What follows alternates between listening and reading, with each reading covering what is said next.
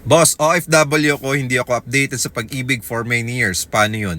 Yes, pwede po tayo magpa-update kapag nakauwi na po tayo dito sa Pilipinas. So much better kasi kapag mag-a-avail po tayo ng any properties na through pag-ibig financing, mas maganda ho, nandito po talaga tayo sa Pilipinas. Especially sa mga sea-based nating clients, mga seafarers, mga seamans po natin na nasa abroad, and sa mga land-based natin, much better po pag kukuha po kayo ng property through pag-ibig financing, nandito po kayo.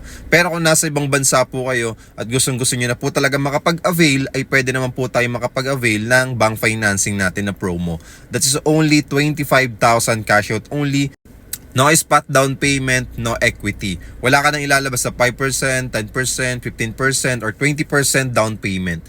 Ang kailangan mo lang bayaran ay reservation fee. And good news, 30 to 90 days yung process natin sa bank financing. At kami na pong bahala, or developer assisted na po yung inyong housing loan. Okay, so wala na pong hassle po sa part nyo. So ang kailangan nyo lang pong gawin ay email po sa akin yung mga kailangan na requirements, and kailangan nyo lang pong mag-assign ng attorney in fact or SPA, na kung saan siya po yung imimit ko para mag-sign po para sa inyo. So mas maganda po na ahead of time ma-inform nyo na po sa SPA nyo before po kami mag-meet, para nung sa ganon may schedule po natin kung kailan po kami mag-meet at magsasign ng loan documents.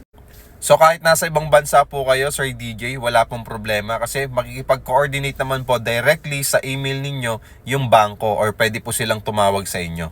Yung 25,000 cash out only, 2-bedroom unit na yon, ready for occupancy, pwede nang malipatan agad in just 30 to 90 days process.